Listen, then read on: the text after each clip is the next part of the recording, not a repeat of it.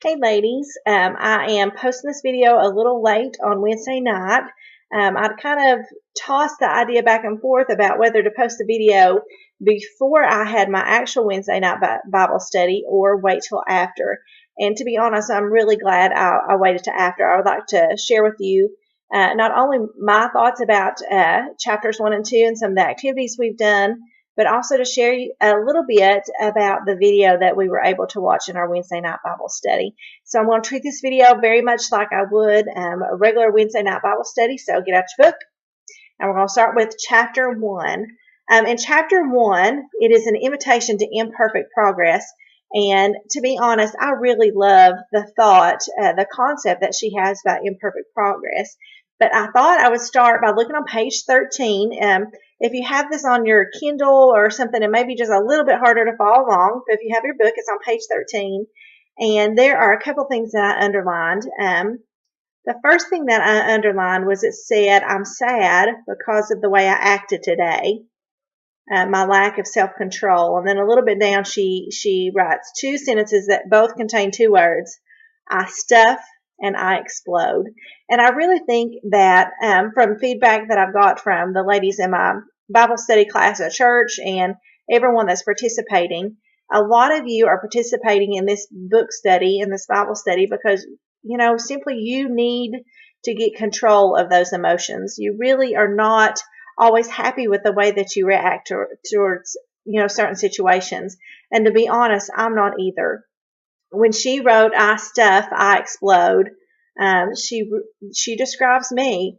I don't really lose control a lot or get unglued a lot, but that's because I stuff a lot. I keep all those things stuffed in a bag, and I'm really just, when it all comes to the end and I'm just totally getting glued, then it all comes out. And to be honest, I'm just like her. I am not happy some days when I lay my head on the pillow with how I've handled a situation. And I thought it was interesting. She writes a little bit down in the middle of page 13 about her tombstone. And she said, do I want my headstone to read, well, on the day she was nice, she was really nice. But on the day she wasn't, rest assured, hell hath no fury like a woman who lies beneath the ground right here. And, I kind of feel the same way. When things are going good with me, you cannot ask for better. But when things aren't, sometimes I'm not the most pleasant person to be around. Then let's look on to the concept of imperfect progress on the bottom of page 14. And really, I like this idea. When I feel like I have to do something, I'm 110% all the time. That's how I approach everything. But my issue is if I feel like I can't do 110%, then I'm just not going to step up to the bat and do it. So I actually like the concept of imperfect progress. We know that we need to get control of our emotions. We know that this is something that we need to work on. That's why we're doing this Bible study. But when I feel like I have to do it and not make any mistakes, that's a lot of pressure I put on myself. And I only get really, really disappointed when I mess up. So the thought of every day, I'm going to strive to do the best I can. I'm going to keep moving forward. But if I have some imperfections along the way, that's okay, because I know my heart is in the right place to make that progress and to change. I love that concept. It just comes along with such grace. Which, is what Jesus gives us. So I think it's a perfect way of looking at trying to gain control of some of our emotions. And the last point I want to kind of point out with chapter 1 is down on the bottom of page 16. I'm just going to read this sentence that is one of the sentences that I thought was awesome. She writes, God gave me emotion so I could experience life, not destroy it. And, I think about how hard it would be if I went through life and I was unable to really express the emotions I felt. What if something really awesome happened, really exciting happened, but in my heart I couldn't feel happy? Or what if I was in church and I could just feel the Lord move, but I couldn't express that on the outside? How sad would that be? I am grateful for the emotions that God has given us, because it makes my happy happier. It makes my excitement even more exciting. The emotions allow us to be able to express things and really feel them in a real way. It's when they get unbalanced. It's when we can't control them that they become a bother. And if we live a life where our emotions are not balanced, where they're out of control, life is just not too happy. It's just not what I think the Lord wants us to do. So I love that we just need to remember that these emotions, He created us to have emotions so we could experience the life that He gave us in a more real way. Then let's turn to page 19 for chapter 2. I'm not a freak out woman. And that's what I hope at the end, that maybe that is something that I could say. There were a couple things I wanted to pick out about chapter 2. I love down on the bottom of page 23, in italics there, it says, I can face things that are out of my control and not act out of control. I shared with the girls in the Bible study this evening that control is an issue that I have. When I feel unglued, not necessarily angry all the time, but when I feel unraveled and unglued is when I thought a situation was going to go in one direction and then it totally went another direction. And when it does, when it shifts and it's out of my control, that is when I start to feel unglued. I kind of teased last week when we had our Bible study that if we are going to learn how to handle our emotions, we need to expect God to have some situations come up in our life to see where we're at with that, to give us a check on that. And it wasn't too long into my week. Actually, that night I had a moment. But earlier this week, I also had another moment. And I realized that when I feel like I'm about to come unglued, or I actually do come unglued, it's really when I feel that there's a situation that went away that was out of my control. Some of you know I'm a special education counselor, so there's a lot about my job I cannot disclose, I cannot talk about. But, this week I had a meeting and there was a lot of feelings expressed, and, at the end we want everybody to be happy. I was kind of the person in charge of the meeting, and I wanted everybody to agree, and, they simply did not. And I let a lot of that energy come in me because I had expected one thing and it didn't happen. And there was just nothing I could do to control the situation. And later on, I came home and, I was in a bad mood and there wasn't going to be a whole lot that pleased me. And I was short-tempered, and I don't like being like that. But I need to realize, and you all as well, as we go through this journey, need to realize what gets us to that place. One of the assignments this week was kind of to think about different, possibly unglued moments this week, to think about the person that it revolved around, or the person that you came unglued with. What led to that? What was the actual situation, and how did you handle it? And hopefully if we look at that whole scenario every week, whenever those things come up, by the end, we will be able to understand a little bit more about why they come about and how to handle it in a better way. And we can see that start to change. But I know for me, when I feel that things are out of control, I have a really, really hard time. So that's something that I'm going to be aware of and notice. And I need to be prepared that God is going to put me in some situations that may be the actual case, so I can get some practice at it. And I want to share a little bit about what our author shared in the video about just that thing. But let's move on next to page 24. I love this because I feel like when it is a situation that I need to be in control of, I need to start realizing when I'm trying to control it all, I'm not leaving any room for God to move in that situation. That's kind of what she points out here. It's in the italicized part on page 24. Could I trust God and believe that He is working out something good, even from things that seem no good? You see, if I know there's potential good hidden within each chaotic situation, I can loosen my grip on control. I just need to realize that when things don't go the way that I expected them to go, then God had a better plan. He needs to do something that I'm not aware of, and that is perfectly fine that I'm not aware of it. I just need to let go and let God. Then she talks a lot about Joshua. which is an awesome. I just never really had thought about the story of Joshua and that situation. Then I want you, the last little thing I want to point out with chapter 2 is, let me look here.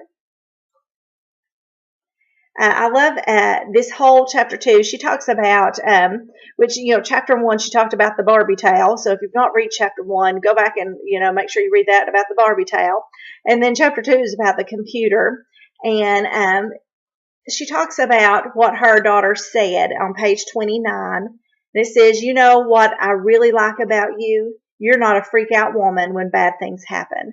And we kind of talked about that tonight in Bible study.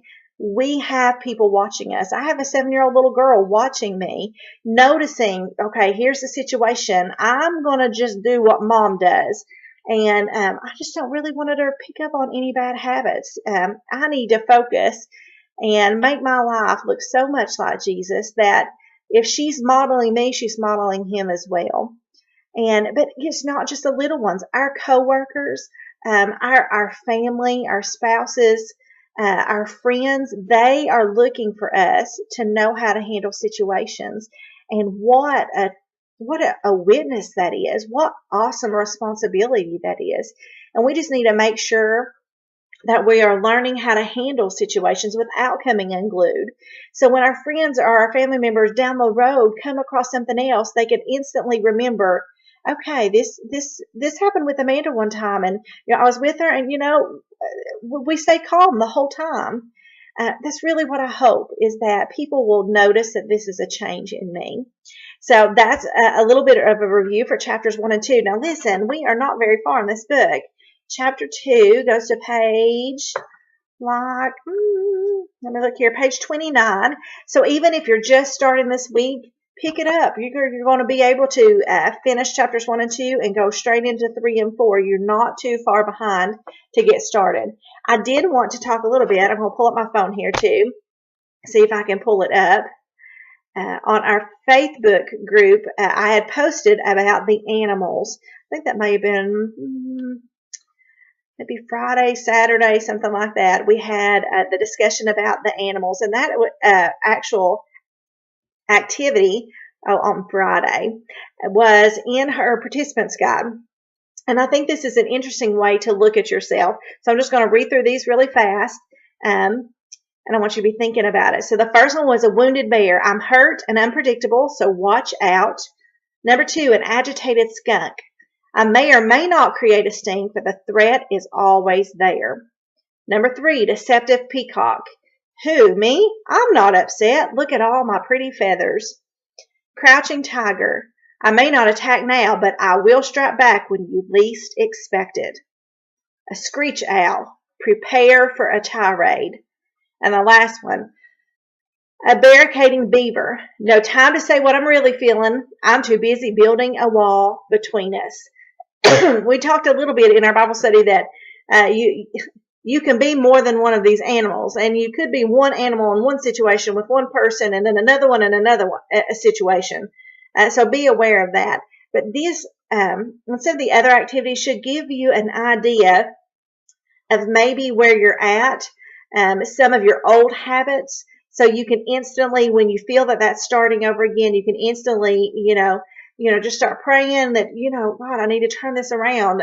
I'm going down a wrong direction. Please guide me into what I need to do instead. So I hope you enjoyed the animal activity. I thought mine was really revealing. I didn't like it, but that at least we know where we're at, so we know what we need to change. One of the things that I didn't post on there, but she actually had in her participants guide, which I thought was good, was just to think about this. Think about your old habits and what you want to look like when you are having an unglued moment and you've got yourself together and you're not going to react in that old way. And this was the sentence starter. I would like for it to be normal that I what? So think about the situations where you do come unglued with the people around, and what would you like for your new normal to be? Instead of getting upset, instead of getting really angry, instead of, emotionally losing and crying, whatever your situation is. Instead of that, what do I want to look like? What do I want to do instead? I think that's a good way of looking at that. I do want to share this from her video, and I wish there was a way that I could connect the video so you could see it. They had session 1 online for those interested in doing a Bible study. That's why I posted that this week. But she is in Florence, Italy. She is doing this study, and she is in an art museum, and there is the statue of David. And it really is breathtaking. I don't know. We see them in pictures, but to see it in video, how tall it was, I think she said it was 14 feet high. And it's hard for me to understand how someone can have such a vision out of just this plain old tall rock and decide as he went through sculpting it that it was going to look exactly like that at the end, and all the details and all the hours and all the technology he did not have to make that happen. It really is. It's just amazing to think. And she was talking about it, and everyone was in awe looking at this huge statue. Then she said, I want to show you some other statues. And she went down the hallway, and on both sides, she had David up front, but on both sides were these statues that were not complete. And so you could look at them and you could tell that behind them was still the stone, and that, the sculptor had started chiseling away at each of these sculptures, but had not completely finished them. And she wanted to remind us that God needs to chisel us from these hard places.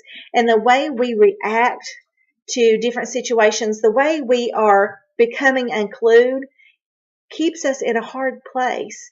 And we need to realize when we're in moments where God is getting a chance, even though these moments are hard, but God is giving us the chance to let us just be still and let him chisel us. Because when God designed us, he created a way. He knew what he needed you to be. He knew what he needed you to accomplish. He knew who would be around you and how you were going to affect their lives.